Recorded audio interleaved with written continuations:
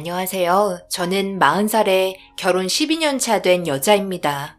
이번에 정말 충격적인 상황을 겪었고 누구한테도 말 못할 고민이라 익명의 힘을 빌려 여기에 제 사연을 들려드릴까 합니다. 부디 그냥 지나치지 마시고 한마디라도 꼭 부탁드릴게요. 남편과 처음 만났을 때가 생각이 나네요. 저희는 야간 헬스장에서 처음 만나게 되었어요. 제가 회사에서 오랫동안 앉아있는 일을 장시간 해서 그런지 허리가 많이 약했거든요. 병원에서 척추 측만증 진단을 받게 되었어요. 너무 심한 편은 아니라 허리 강화 운동을 추천해 주었고 그렇게 집 근처 헬스장을 다니기 시작했습니다. 거기에서 만난 남편은 헬스장을 운영하고 있던 트레이너였고 1:1 개인 관리를 받게 되면서 허리 운동을 집중적으로 하기 시작했어요. 결과는 좋았어요. 그리고 함께 운동한 시간만큼 가까워지는 사이가 되었습니다. 전혀 예상하지 못했던 관계까지 이어져 오게 되었죠. 그렇게 연인 사이로 발전하면서 저희는 결혼까지 다이렉트로 달려갔어요. 행복한 신혼생활이 이어졌고 아기는 천천히 갖기로 결정했었어요. 양가 부모님도 아기를 갖는데 크게 관여하지 않았습니다. 남편과 연애 기간도 짧았기 때문에 그만큼 저희는 여유 있는 신혼생활을 즐기고 싶었어요. 그런데 서로 살아온 환경도 다르고 아무래도 개개인 성격이 다 다르기 때문에 아버님의 행동을 저는 이해할 수 없었어요. 헬스장 문을 닫으면 항상 어디론가 데려가셨습니다. 그러면서 하는 말이 제가 옆에 있는데도 아무렇지도 않게 하고 싶은 말을 꺼내셨어요. 운동만 죽어라 하면 뭐하냐? 밤에만 쓸 거야? 잔말 말고 따라와라. 해야 할 일이 산더미니까 한두어 시간 하고 집에 가. 아버지, 저 이제 결혼했어요.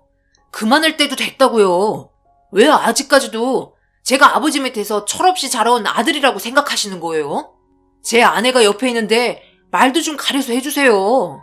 그리고 운동하는 건 이게 직업이니까 하는 건데 왜 그거 가지고 이렇게 못마땅해 하시는 건데요? 이제부터 아버지 혼자 가세요. 저는 수연이랑 집으로 들어갈게요. 제가 옆에 있었는데도 아버님은 아무렇지도 않게 말을 막 하셨어요. 그런 모습이 좀 보기 좋지 않았습니다. 그리고 남편을 꼭 저녁 늦게 데려가시니까 그런 점도 너무 불편했어요. 저도 연애할 때는 잘 몰랐는데 결혼하고 나서 아버님이 매일같이 부르셔서 알 수 있었습니다. 제가 결혼하고 나서 더 심하게 부르기 시작하셨고 저는 남편과 집에 들어가면서 진지하게 대화를 나누게 되었어요. 아무래도 아버님과 함께 일하는 게 마음에 들지 않는다고 제 속마음을 꺼내게 되었습니다. 이런 문제가 남편도 어느 정도 인지하고 있었는지 미안하다는 말을 꺼냈어요. 아버님은 남편을 데리고 밤마다 간 곳은 다름 아닌 고물상이었어요. 아버님이 고물상을 하시거든요. 낮에는 워낙 많은 고물들이 들어오다 보니까 거의 밤 시간에 분류 작업과 분해 작업이 이루어지는데 직원들이 퇴근하고 남은 잡일을 남편에게 시키고 있었습니다. 다음날 해도 되는 일인데 일거리가 쌓여있는 걸 워낙 싫어하셔서 어떻게든 끝내려고 저녁에 남편이 헬스장 문을 닫을 때 데려가십니다. 처음에는 아버님 일이 우리 일이라고 생각했었어요. 그런데 그 시간이 문제였습니다. 헬스장은 12시에서 1시에 닫거든요. 야간에 운동하러 오시는 분들이 많아서 새벽 1시까지 시간을 늘리게 되었어요. 그런데 그 시간 맞춰서 남편을 데리고 가면 정말 늦게 들어오는 날은 새벽 6시가 되어버립니다. 그럼 남편은 다음날 헬스장 오픈하고 몸 만드는데 균형이 깨져서 많이 힘들어해요. 그래서 무리가 있다고 얘기해도 그때뿐입니다. 한두 시간만 하고 들어가라고 부탁하셔서 가서 도와드리게 되면 어김없이 새벽 5시나 6시 됩니다. 그래서 남편도 싫다고 강하게 얘기하게 되었던 거고 저도 그런 부분들이 불만으로 다가오게 되면서 아버님에게 투정을 부리게 되는 상황도 오기도 했었어요. 하지만 아버님은 다음날도 또 다음날도 오셔서 남편을 데려가요. 그래서 저도 일손을 도와주려고 고물상에 가면 정말 혼이 쏙 빠질 정도로 이것저것 시킵니다. 분해하는 거 해본 적도 없어서 손가락을 다칠 때도 있었어요. 그렇게 그날 아버님 무시하고 남편과 저는 집으로 향했는데 아버님이 저희 집 앞에서 먼저 차를 대고 기다리고 계시더라고요. 그러더니 저는 집으로 들어가라고 말하시고 남편과 따로 할 얘기가 있다며 무서운 얼굴로 저희를 번갈아가며 쳐다보셨어요. 정말 심각한 상황이었죠. 차가운 눈빛의 아버님은 너무 무서웠어요. 아버지, 저 진짜 힘들다니까요. 왜 아버지만 생각하세요, 진짜. 혼자 하시면 되잖아요. 다음날 직원들도 출근해서 알아서 일 잘하는데 다음날 일해야 하는 저를 잠도 안 재우고 꼭 고물상에 데려가서 일을 시켜야 직성에 풀리세요? 정말 너무하세요. 차라리 이럴 거면 저 이제부터 아버지 아들 안 할래요. 이 자식이 지금 그게 이 애비한테 할 소리야? 내가 힘들다는데 그게 귀찮고 싫어? 내가 그동안 힘들게 곰을 팔아서 버는 돈으로 너 학교 보내고 옷 입히고 밥 먹이고 헬스장까지 차려줬는데 그게 싫다고 지금 이 난리를 치는 거냐? 여태까지 너한테 쓴 돈이 얼만데 불효자식 같으니라고. 그동안 이 애비는 이 일이 하고 싶어서 한 줄 알아? 됐다. 필요 없으니까 들어가라. 아버님과 남편은 동네가 떠나갈 정도로 언성을 높이며 다투기 시작했어요. 감정이 점점 더 악화될까봐 두려운 마음에 아버님과 남편을 말렸고 동네 분들이 자는 시간에 시끄럽게 뭐 하는 거냐고 소리치자 겨우 상황이 마무리가 되었습니다. 그동안 남편이 아버님한테 못한 게 아니에요. 아버님이 정말 힘겹게 자기 키워준 것도 잘 알기 때문에 보답해 드리고 싶어 매달 꼬박꼬박 용돈도 많이 드립니다. 그런 부분에 대해서 별말하지 않으세요. 당연히 받아야 한다며 더 달라고 원하십니다. 오히려 적다고 불만이세요. 저희도 생활해야 하고 저축도 해야 해서 적당한 선에서 드리지만 남편도 그런 생활을 점점 버거워하는 것 같았어요. 저희도 좀 더 좋은 환경으로 이사해야 하고 앞으로 아기도 가지게 되면 돈 들어갈 때도 많이 생기잖아요. 걱정이 한두 개가 아니었습니다. 그런데도 묵묵히 아버님 용돈 챙겨드렸어요. 결혼하고 나서 이런 상황들이 점점 더 안 좋아지기 시작하자 아버님은 이런 일들이 전부 저 때문에 일어난 일이라고 생각하면서 저를 싫어하기 시작했어요. 결혼 전에는 군말하지 않고 따라왔는데 저와 결혼하고 나서부터 반항한다며 전부 다 제 탓으로 돌리기 시작하셨습니다. 상황이 그런 게 아닌데 이건 좀 억지인 것 같아 저도 아버님께 불만도 털어놨었죠. 결국 아버님 되돌아가시고 난 이후 저희는 다시 평온이 찾아왔고 다시 예전처럼 정상적인 삶으로 돌아올 수 있었습니다. 그렇게 한동안 조용했어요. 아버님도 찾아오지 않다 보니 저희 삶이 정말 달라지기 시작했었고 스트레스도 받지 않아 차라리 이렇게 사는 게 훨씬 좋을 것 같다고 판단했었습니다. 그렇게 몇 달이 흘렀고 정신없는 날들을 보내고 있었어요. 퇴근하고 남편 헬스장으로 향했는데 아버님 차가 헬스장 앞에 주차가 되어 있더라고요. 저는 또 무슨 일이 생긴 줄 알고 급하게 차에서 내려 헬스장 안으로 들어갔습니다. 그런데 헬스장 안으로 천천히 걸어 들어가면 갈수록 들려오는 엄청난 소음에 제 심장은 요동치기 시작했어요. 그리고 헬스장 문을 열었을 때 저는 그 자리에서 털썩 주저앉고 말았습니다. 아버님이 술이 엄청 취하셔서는 모든 헬스 기구들을 전부 다 때려 부쉈고 그 모습을 남편은 멍하니 바라보고 있었어요. 그 모습에 다급히 달려가 말려야 하는 거 아니냐고 남편의 팔을 잡고 이끌었지만 남편은 넋이 나간 표정을 짓고 있었고 저는 이건 정말 아닌 것 같아 아버님께 달려가 소리쳤어요. 아버님, 이게 지금 뭐 하시는 거예요? 왜 여기 있는 기구들을 전부 때려 부순 거예요? 헬스장에 저희 남편이 얼마나 많은 시간과 공을 들여 여기까지 만들어 온 줄 알면서 이런 식으로 행동하시는 거 더 이상 저희 안 보겠다는 말밖에 안 돼요. 네가 뭘 한다고 그래? 여기 있는 기구들이랑 헬스장 사업에 도와준 게 누군데? 그런데 나한테 이런 식으로 행동해? 며느리 너도 지금 나한테 대드는 거냐? 네가 중간에서 역할을 잘했어야지. 네가 제일 나쁜 거 알고는 있는 거냐? 아들이 고생하고 본업에 지장까지 받으면서 아버님 일을 도와야 하는데 집에서 하루 종일 남편만 목 빠지게 기다리는 제가 좋은 말이 나오고 중간 역할을 잘할 수 있겠어요?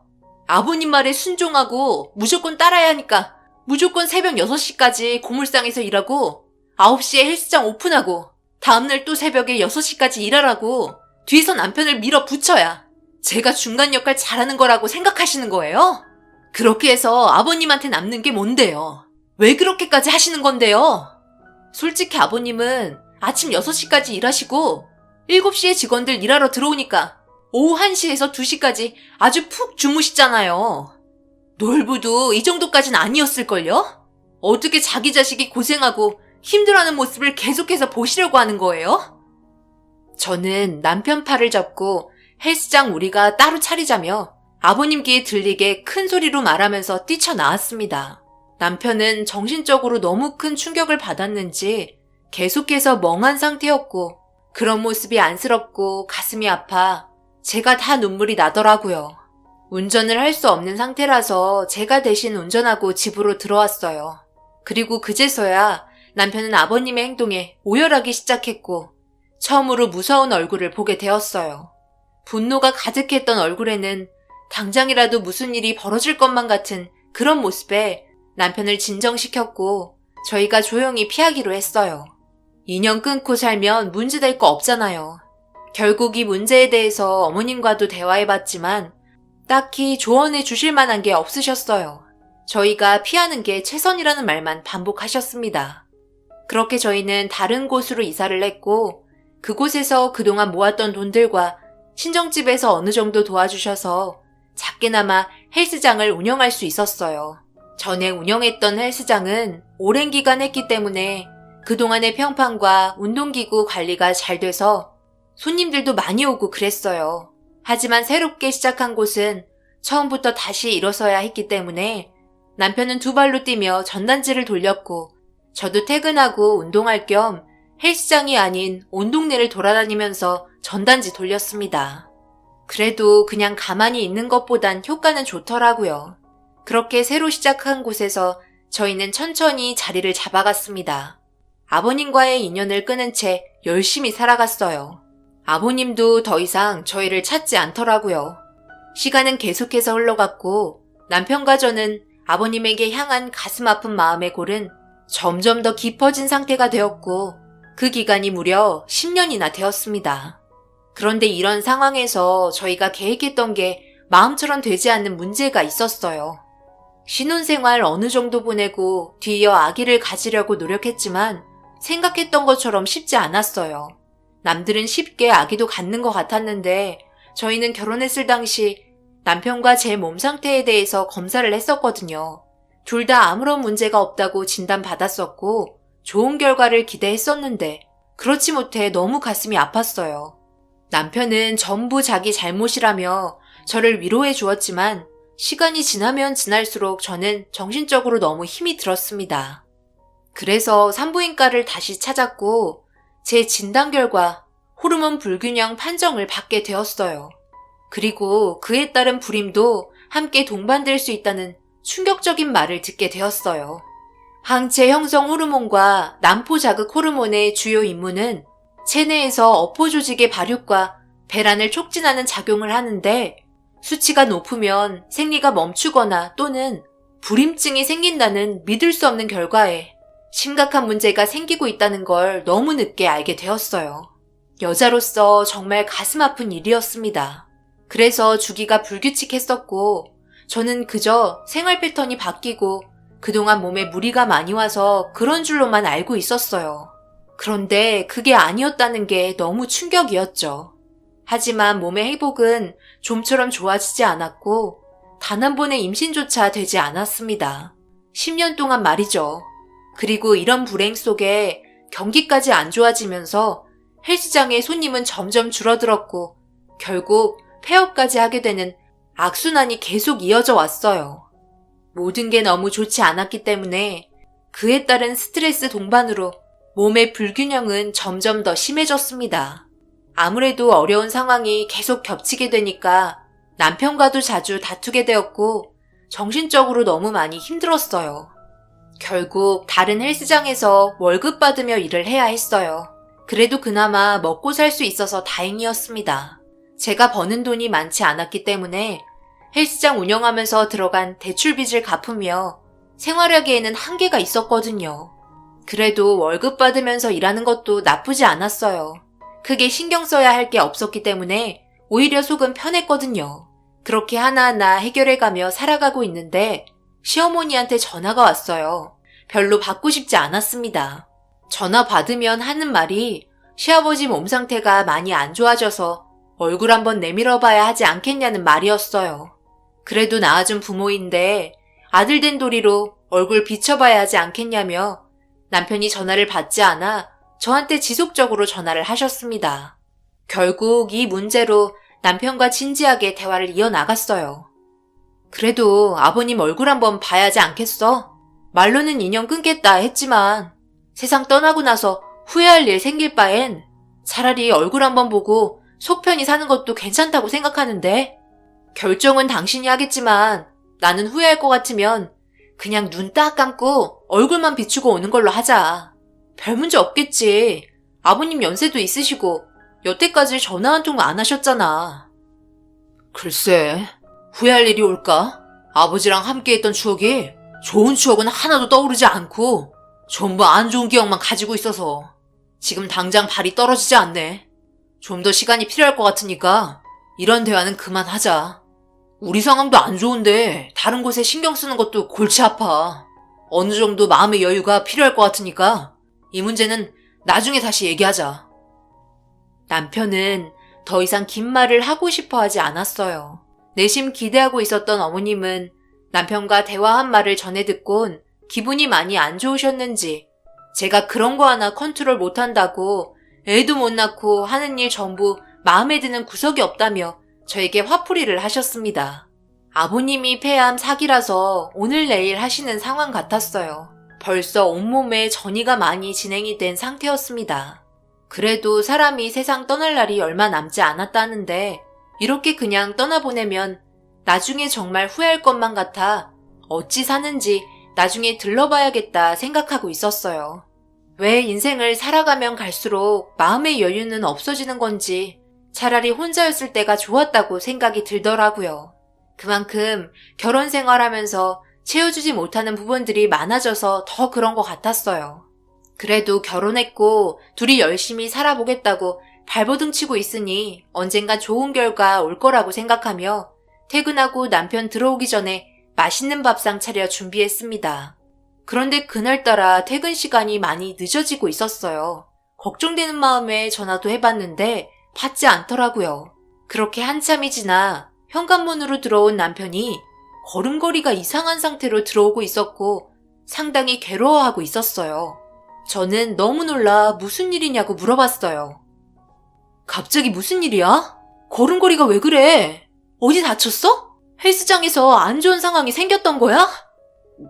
그게 운동하시는 분이 운동 좀 도와달라고 그래서 대신 들어주고 있었는데 뒤에서 회원분이 균형을 잃음과 동시에 나를 밀치는 바람에 운동기구에 바지가 끼게 되었는데 무거운 덤벨이 내려오면서 거기가 짓눌리는 바람에 찢어져 버렸어. 그래서 어쩔 수 없이 복용수술을 해야 하는 상황까지 오게 돼서 급하게 수술을 진행했네. 다행히 크게 문제는 없다고 하셨어. 그래도 몇 달은 지나야 완전히 좋아질 것 같아. 나 일단 너무 괴로우니까 침대에 좀 누워있을게. 너무 충격이었어요. 일하다가 어떻게 하면 거기가 찢어질 정도로 짓눌릴 수 있는지 워낙 무거운 것들이 오고 가다 보니까 그럴 수도 있겠지만 헬스장이 워낙 좁아서 빈번한 사고는 있었지만 이번에는 정말 역대급이었습니다. 쪼그리고 누워있는 남편의 모습이 참 안쓰럽더라고요. 결국 몸이 완전히 회복이 되는 시간 동안 집에서 쉬고 있었고 저는 평상시처럼 회사 일하며 지내고 있었어요. 그렇게 남편도 최대한 빨리 몸을 회복시키려 노력을 많이 했습니다. 한 6개월이 지났을 시점에 남편의 몸도 정상적으로 돌아왔고 별 문제 없이 지내오고 있었어요. 그리고 그 주에 친정집에 들려야 하는 일이 있어서 남편과 친정으로 향했는데 그날따라 속이 계속 울렁거리더라고요. 원래 멀미 같은 거 전혀 하지 않는데 뒷자리에 탄 것도 아니고 앞자리에 탔는데 너무 멀미가 심하길래 금방 도착하는 거리를 2배 이상 걸려서 도착을 하게 되었어요. 아무래도 멀미를 심하게 하다 보니 친정엄마가 신경 써서 해주신 맛있는 음식을 제대로 먹지도 못하겠더라고요. 평상시 때보다 음식 냄새도 너무 거북해서 결국 화장실에서 구토를 하고 말았습니다. 처음 느껴보는 몸 상태에 뭔가 이상이 있는 것 같아 걱정하고 있는데 엄마가 혹시 임신한 거 아니냐고 물어보시길래 저에게 당연히 그럴 일 없을 거라고 생각했기 때문에 아니라고 했지만 그 순간 스쳐 지나가는 상황이 생겼었고 혹시 몰라 테스트기를 구매해서 검사를 했는데 임신이 되었다는 결과에 저희 모두 순간적으로 너무 감격스러워 아무 말도 하지 못했어요. 거의 12년 만에 찾아온 결과였습니다. 저는 눈물을 흘렸고 부모님께서도 진심으로 축하해 주셨어요. 남편도 믿기지 않았는지 고생했다며 제 손을 잡아주었습니다. 그리고 임신 소식을 시어머니께 알리게 되면서 자연스럽게 아버님 귀에까지 들어가게 되었어요. 산부인과에서 검사 결과 태아는 건강하다는 진단을 받았었고 몸 상태가 좋은 상태에서 임신한 게 아니라서 집에서 안정을 취하길 권장했습니다. 회사에다 사정을 얘기한 후 안정권에 들어갈 때까지 당분간 일을 쉬기로 했어요. 그리고 제 임신 소식에 겸사겸사 얼굴을 보고 싶으셨는지 저희 집에 찾아오셨습니다.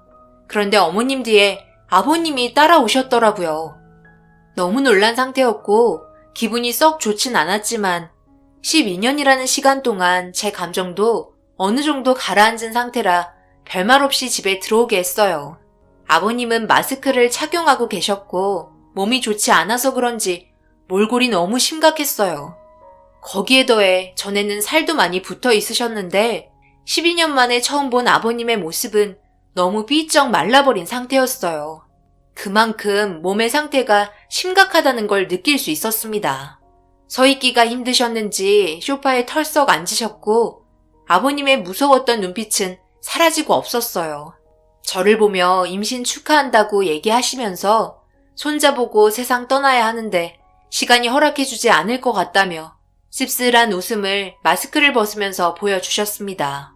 셋이 둘러앉아 이런저런 얘기하다 보니 남편 퇴근 시간이 다가왔고 어머님은 아들 얼굴 보고 가자며 일어나려는 아버님을 붙잡고 있었어요. 결국 남편이 퇴근하고 들어오게 되면서 저희가 둘러앉은 모습을 보게 되었고 다시 현관으로 나간 남편을 아버님이 일어나셔서 둘만 대화하고 싶다며 따라 나가셨어요. 어머님은 남자들끼리 대화하게 내버려 두라며 진지하게 대화하면 서로의 안 좋았던 감정이 풀릴 거라고 걱정하지 말라면서 화제를 다른 곳으로 돌리셨고 어머님과 이런저런 대화가 오고 가게 되었어요. 하지만 저는 온통 신경이 아버님과 남편 쪽으로 기울여져 있어서 결국 참다 못해 무슨 일이라도 벌어질까봐 어머님 화장실 들어간 사이 현관으로 나갔어요. 엘리베이터 옆에서 둘이 대화하는 게 들려왔고 목소리가 좋지 않은 것 같아 일단 상황을 정리하려는데 아버님이 남편에게 화를 내며 충격적인 말을 꺼내기 시작하셨습니다. 그리고 그 말을 듣고 있었던 저는 그 자리에서 주저앉았네요. 그건 너만 생각한 행동이잖아. 왜 똑같은 일을 반복하는 거야? 내가 분명히 뭐라고 그랬어. 절대 풀지 말라고 했지? 만에 하나 며느리 뱃속에 있는 아기가 장인이면 그때는 어떡하려고? 그때도 똑같이 며느리랑 아이 버릴 거냐? 제가 언제 버린다고 그랬어요? 그리고 저도 그때는 장인 낳을 거라고 생각 못 했잖아요. 그때는 결혼하기 전이었고 동거하면서 실수로 생긴 문제이고 지금 다 해결되었는데 왜 이제 와서 그 문제를 걸고 넘어지는 거예요? 걔가 헤어지자고 했고 그리고 그 아이는 고아원으로 보냈잖아요. 이런 문제 수연이 귀에 들어가면 정말 곤란하니까 나중에 고물상 찾아갈 테니 그때 따로 얘기해요. 두 번 다시 과거에 있었던 일들 입 밖으로 꺼내지 마세요. 걔한테 전화 왔다. 생활이 힘들다고 돈 좀 달라고 하더라. 자기가 10달 품어서 낳은 자식인데 고아원에 보낼 수 없었다고 울면서 얼마 전에 찾아왔었어. 네가 장애인 아이라고 고아원에 일방적으로 두고 왔었다며? 그래서 헤어진 거고 내가 세상 떠나기 얼마 남지 않았는데 우리 며느리한테도 똑같은 일이 벌어질까봐 내가 그거 걱정돼서 하는 소리다. 저도 그동안 정신적으로 정말 많이 힘들었다고요. 그래서 10년 넘게 정관수술 풀지 않은 거고요. 그런데 사고로 인해 수술하게 되면서 풀어달라고 했어요. 저도 풀면 안 된다는 거 잘 알아요. 스테로이드 주사를 계속 맞고 있으니까 부작용이 따라오는 거 잘 알고 있어요. 그런데 정상적인 아이가 나올 수도 있잖아요. 모든 건 하늘에 맡길래요. 더 이상 수연이 괴로운 것도 못 보겠어요. 저는 남편과 아버님이 비상계단에서 나는 소리에 정신을 차릴 수 없었어요. 그동안 저 혼자 임신하려고 별의별 노력을 다했었는데 제 몸에만 문제가 있는 줄 알았는데 남편한테 더 큰 문제가 있었습니다. 거기다가 스테로이드 주사를 맞지 않겠다고 약속했었어요. 헬스하는 사람이라면 거의 다 맞는다고 했었지만 제가 말한 부탁을 들어주는 줄 알고 있었습니다. 그래요. 그건 그렇다 쳐요. 어떻게 과거에 만난 여자가 아이까지 있었다는 걸 숨겼다는 건 도저히 용서할 수 없었습니다. 장애인 아이라고 고아원에 두고 왔다는 것도 너무나 큰 충격이었죠. 그래서 장애인이 또 나올까봐 정관수술을 했던 거였어요. 도저히 믿을 수 없는 대화의 내용에 저는 힘겹게 벽에 몸을 기대어 일어난 후 다시 집으로 들어가려고 하는데 제 뒤에 시어머니가 저를 쳐다보며 입을 막고 계셨습니다. 저와 마주친 눈빛은 그동안 잘 숨겨왔다가 걸렸다는 눈빛이었어요. 한참 동안 아무 말 없이 시어머니와 서로 쳐다만 보고 있자 뒤이어 남편과 아버님이 걸어 나오셨고 제가 서 있는 모습을 보게 되자 두 분이서 놀라셨는지 그 자리에서 주저앉으셨어요. 제 눈에는 눈물이 흘렀고 쏟아진 물을 주워 담을 수 없었습니다. 저를 말리며 절대 그런 거 아니라고 애원하며 붙잡았지만 그렇다고 모든 게 해결될 수 있는 문제는 아니었어요. 남편은 철없었을 때의 일이라며 용서해달라고 친정집에 가려고 하는 절 붙잡았어요. 하지만 그동안 이런 사실을 숨겼던 거와 제가 그토록 바라고 있었던 임신을 하지 못하게 하려고 수술을 한 부분들이 용납이 안 되더라고요. 그리고 결국 남편과 냉전 상태에서 앞으로 어떻게 해결을 해야 할지 별거하며 상황을 정리해 나갔습니다. 그러던 도중 과거의 여자까지 알게 되었고 그 여자의 아이가 장애를 가지고 있는 모습을 확인할 수 있었어요. 모든 건 남편이 장기간 복용한 약들의 문제였고 장애를 가진 아이를 키우기 싫었던 남편이 그 여자 몰래 고아원에 두고 온 사실조차 전부 당사자 입으로 생생하게 그때의 상황을 들을 수 있었습니다. 결국 이혼을 해야 하는 방법밖엔 없었어요. 앞으로 남편을 믿고 살아갈 이유가 없었습니다. 그동안 쌓아온 신뢰가 한순간에 무너지는 순간이었고 시부모님과 남편은 넙죽 엎드려 자기들의 잘못을 용서해달라고 애원했어요. 남편도 그렇지만 시부모님도 다를 거 없는 똑같은 사람이었습니다. 그렇게 이혼을 준비하는 동안 제 뱃속에 있는 아이는 점점 커져가기만 했어요. 그리고 출산을 함과 동시에 아이의 상태를 먼저 확인하게 되었습니다. 다행히 손과 발이 전부 멀쩡했고 별다른 장애가 없다는 걸 확인한 순간 하늘에 감사했어요. 시댁 집안은 아이를 보고 싶어 했지만 절대 얼굴 보여주지 않았습니다. 그런데 아이에게 다른 문제가 있었어요. 눈을 뜨기 시작하면서 심각한 상황이 오고 말았습니다. 저를 바라보고 있던 아이의 눈 색깔이 일반인과 다른 색깔이었어요. 외국인 눈색도 아니고 갈색도 아닌 것이 투명한 파란색에 가까웠어요. 한쪽 눈은 갈색인데 한쪽 눈은 파란색이었죠. 그 모습에 하늘이 무너졌고 병원에서 진단 결과 멜라닌 색소 부족이라며 좀 더 지켜봐야 할 것 같지만 눈색이 돌아오지 않을 수도 있다는 충격적인 진단을 받게 되었습니다. 저에게 이런 절망적인 결과를 안겨준 남편이 원망스러웠고 진단 결과를 듣게 된 남편 또한 좌절하며 눈물을 흘리고 있었어요. 너무 화가 난 나머지 아이를 보여주자마자 저와 아이에게 미안하다는 말을 반복했어요. 저는 두 번 다시 얼굴 볼 생각하지 말라며 그때처럼 우리 아이도 고아원에 두고 올 거냐며 소리를 질렀고 남편 얼굴에 이혼 서류 던지고 뒤돌았습니다. 그렇게 남편과 이혼을 하게 되었고 저희 가족을 상대로 과거의 행동들에 대해 숨기고 있었던 부분들까지 사기죄로 고소를 진행했어요. 그에 따른 손해배상 위자료 청구까지 받게 되었습니다. 그리고 현재 저는 제 아이와 잘 살고 있는데요. 정말 다행인 건 산부인과 원장님께서 시간이 지나면서 갈색으로 자연스럽게 바뀔 수도 있다고 진단을 했었는데 지금 현재 양쪽 눈이 거의 비슷하게 색이 맞춰지고 있어요. 아이 몸에 좋은 거, 눈에 좋은 음식들 많이 먹이고 있고 하루하루 좋아지는 모습을 보이고 있습니다. 다른 데는 전혀 문제가 없어서 정말 다행이에요. 앞으로 우리 아이와 행복하게 잘 살았으면 좋겠어요. 그리고 과거에 시부모님과 남편이 했던 나쁜 행동들에 대해서는 하늘에서 벌을 내려줬으면 좋겠습니다. 언젠가 그런 날이 올 거라 생각해요. 과거가 어찌되었든 지금 현재가 제일 중요하잖아요. 저희 가족에게 좋은 일들이 가득할 수 있도록 저에게 힘이 되어줄 수 있는 한마디씩 부탁드려도 될까요?